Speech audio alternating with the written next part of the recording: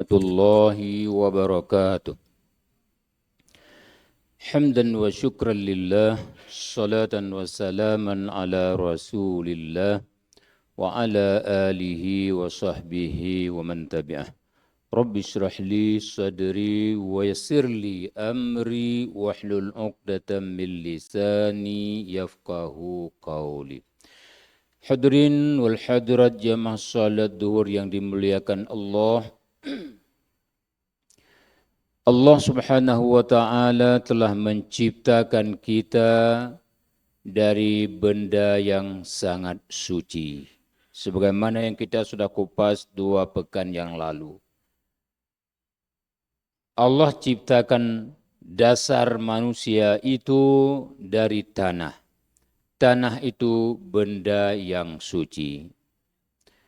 Tapi kemudian Allah menyatakan dalam ayat lain bahwa Allah menciptakan pelanjut manusia itu dari air yang hina. Mimma immahin. Dari air yang hina. Yang diibaratkan kepada air mani.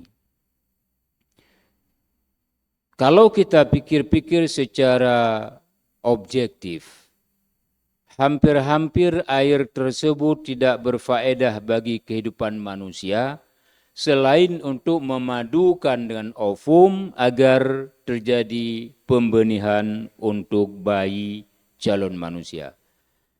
Tapi kalau kita umpamakan dia dengan air lain, sama sekali tidak berbanding manfaatnya.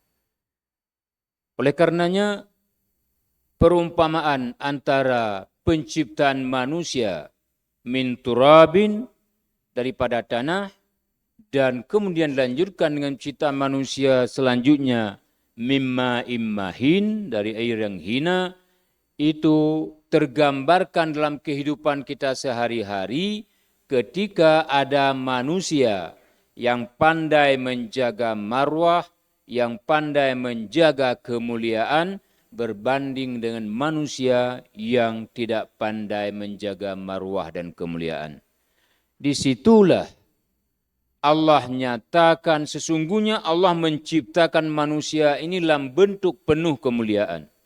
Walaqad karramna bani Adam wa hamalnahum fil barri wal bahr warazaqnahum minat tayyibati wa faddalnahum ala katsirin mimman khalaqnahu tafdila. Sungguh Allah menciptakan manusia ini dalam bentuk yang paling mulia. Pertama diciptakan dalam bentuk yang paling sempurna, kemudian dimuliakan oleh Allah Subhanahu wa taala. Nah, ketika ada manusia yang ikuti arahan Allah Subhanahu wa taala terkait dengan keyakinan manusia ini, terkait dengan akidah kehidupan umat manusia ini. Allah Subhanahu wa taala ketika menciptakan bumi juga menciptakan rasul, utusannya, nabinya yang dimulai daripada Adam alaihissalam sebagai ciptaan pertama dari tanah. Inna mathala Isa indallahi kamathali Adam khalaqahu min turab. Allah menciptakan Adam dari tanah, benda yang suci. Dan tanah itu bisa menghasilkan banyak rezeki. Ketika ada pakaian manusia, ada bejana yang dijilat anjing, maka tanahlah yang mensucikannya dengan sama. Kalau tidak masuk tanah, maka benda itu tidak akan suci. Dari benda yang suci itu Allah ciptakan manusia pertama sekali Adam alaihissalam. Dan Allah berikan doktrin kepada Adam. Allah berikan doktrin kepada anak Adam. Dan Allah berikan doktrin kepada anak cucu Adam. Apa doktrinnya? Inna dina indallahil Islam. Allah nyatakan agama yang paling benar itu adalah agama Islam. Nabi Ibrahim alaihissalam, Nabi Yakub juga mengamanahkan kepada keturunannya. Wala tamutunna illa wa antum muslimun. Dari awal surat, wa wassa biha Ibrahimu banihi wa Yaqub. Ibrahim dan Yakub mewasiatkan kepada anaknya, Innallaha astafa lakumuddin. Allah telah memilih satu agama kepada kita. Mana agama itu? Wala tamutunna illa wa antum muslimun. Jangan pernah engkau mati wahai keturunanku kecuali dalam keadaan beragama Islam. Maka Allah katakan, wa man yabtaghi ghairal islami dina fala yuqbala minhu wa huwa fil akhirati minal khasirin. Siapa saja yang mencari agama lain selain Islam, dia akan rugi dan hina di mata Allah Subhanahu wa taala. Di hari kemudian menjadi orang yang rugi masuk neraka. Inilah yang membedakan antara manusia yang pandai menjaga kemuliaan dan kehormatan dengan mereka yang tidak pandai. Manusia yang pandai menjaga kehormatan dan kemuliaan Allah Subhanahu wa taala akan tetap berada pada agama yang benar yang dititipkan oleh Allah Subhanahu wa taala. Apapun kejadian, hatta nyawa terancam, hatta bedil didekatkan dengan tubuh badan, kita tetap berada dalam agama Islam. Mengingat tantangan luar Islam itu luar biasa. Itulah yang Allah gambarkan dalam Al-Quran. Orang-orang Yahudi dan Nasrani itu tidak akan puas kepada kita. Walan tarda angkal yahudu walan nasara hatta tattabi'a millatahum. Baru mereka puas kepada kita ketika kita mengikuti ajaran mereka. Ketika kita ikut kepada perintah mereka. Ketika kita main politik dengan politik mereka. Ketika kita main ekonomi dengan ekonomi mereka. Yang menghancurkan politik Islam, yang menghancurkan ekonomi Islam, menghancurkan pendidikan Islam. Inilah yang sulit dibedakan oleh manusia muslim hari ini, sehingga mereka menjadi manusia hina di mata Allah, dan malah sebagian mereka di dunia di mata manusia pun dia menjadi hina. Kalau kita mau konkret berikan contoh, kalau kita mau berani berikan contoh, mantan Presiden Republik Indonesia 2 periode selama 10 tahun, hari ini dihina, dicaci, dimaki, di merata penjuru negeri, malah di luar negeri. Kenapa? Karena dia meninggalkan doktrin Islam, meninggalkan syariat Islam, dan dia menghalalkan yang haram dan mengharamkan yang halal. Tidak perlu jauh-jauh kita mencari bukti nyata.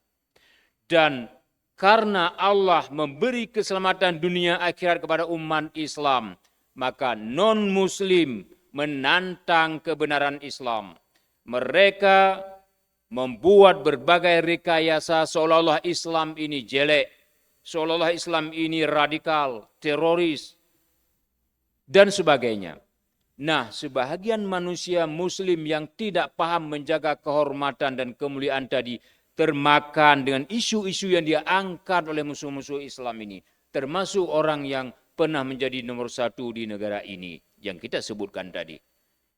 Maka ketika itu yang terjadi, berlakulah putusan Allah yang Allah siapkan kepada kita yang pandai menjaga kemuliaan dan kepada mereka yang tidak pandai menjaga kemuliaan.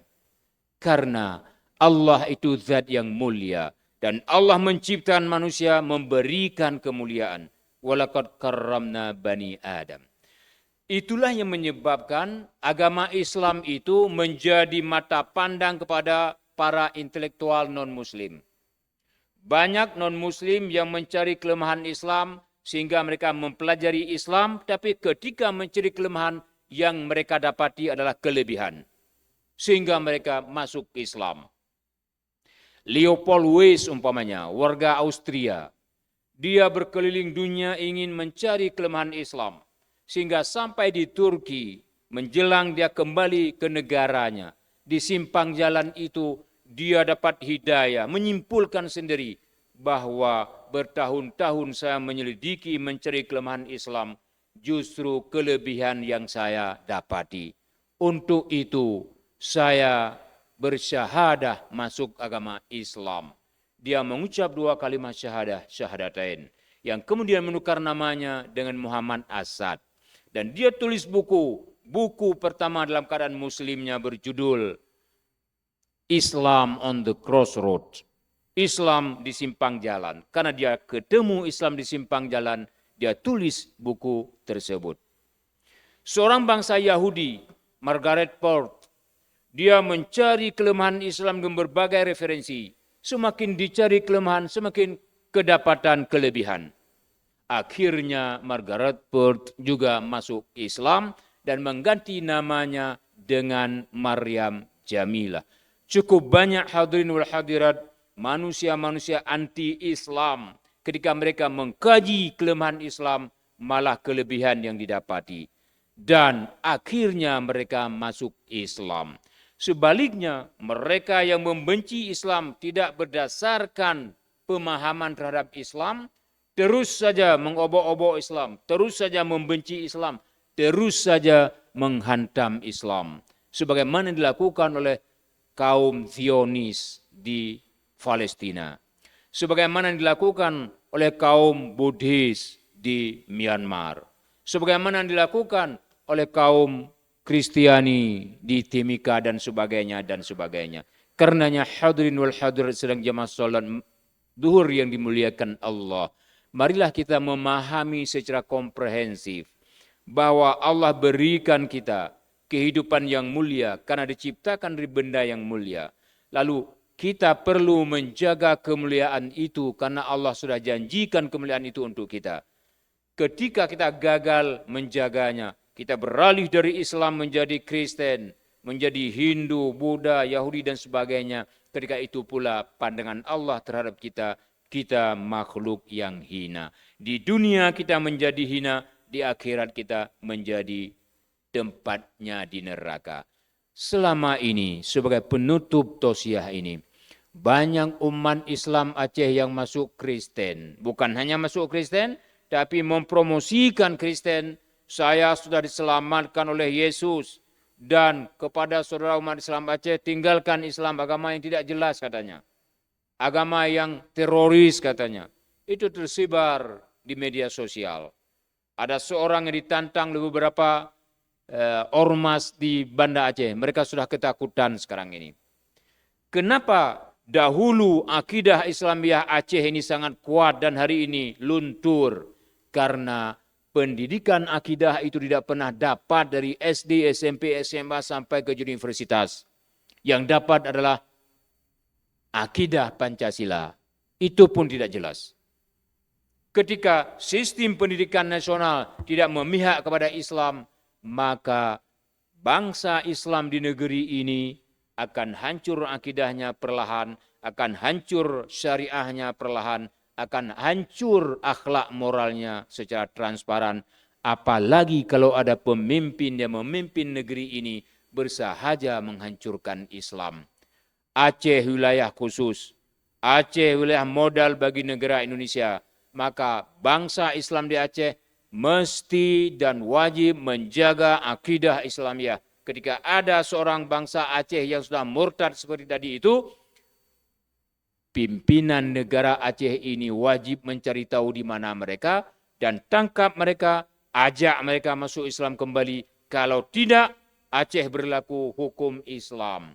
Dalam hukum Islam, orang murtad itu halal darah. Membaddala dinuhu faqtuluh. Siapa yang menggantikan agamanya dari Islam ke agama lain, bunuhlah dia. Kata Rasulullah SAW. Karena mayartaddat minhum fahuwa kafir. Siapa saja yang sudah murtad dari agama Islam, mereka kafir. Walladzina kafaru wa kadzabu biayatina ulaika ashabun nar hum fiha khalidun. Orang kafir itu tempatnya neraka di akhirat dan eksekusi karena murtad di dunia ini. Maka pemerintah Aceh yang berlaku syariat Islam yang dipimpin oleh kelompok yang dahulunya mengumandangkan syariat Islam ketika berjuang, yang dahulunya mengumandangkan kekuatan akidah Islam ketika berjuang, hari ini buktikan, wahai para pemimpin Aceh yang hari ini dikuasai oleh kelompok-kelompok pejuang yang sudah mengisytiharkan dahulu, kalau kita menang nanti kita akan jalankan syariat Islam, akan kita gunakan ulama untuk memajukan Islam di Aceh ini. Sekarang mereka sudah menang secara konstitusi. Tidak menang secara perang, tapi menang secara konstitusi. Mereka punya kekuasaan sekarang. Mereka bisa menghitam putihkan negara Aceh ini hari ini dengan bermain kebijakan dan kearifan dengan Jakarta. Apakah mereka mau mampu atau tidak mampu.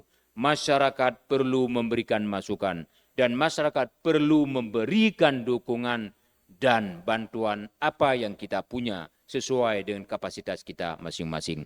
Semoga saja Aceh ini tidak diobok-obok melalui mulut-mulut bangsa Aceh sendiri seperti yang kita kisahkan tadi. Semoga saja syariat Islam yang berjalan di Aceh hari ini jangan menjadi lipstick sahaja, tapi betul-betul menjadi aplikatif dalam kehidupan umatnya. Belum lagi sempurna syariat Islam di Aceh. Baru sebagian kecil, belum lagi kafah. Maka pemerintah Aceh hari ini yang dipimpin oleh Jenderal Muzakir Manaf, mantan Panglima itu namanya jenderal. Jenderal tituler Muzakir Manaf berpikir untuk menyempurnakan kanun-kanun Aceh untuk melaksanakan syariat Islam secara kafah. Ini tugas dia. Bukan tugasnya memperkaya diri, mengumpulkan proyek. Kalau mau tambah istri satu lagi sebagaimana tersebar di media sosial, kalau belum lebih dari 4 tidak ada masalah. Silakan, asal bisa berlaku adil. Wassalamualaikum warahmatullahi wabarakatuh.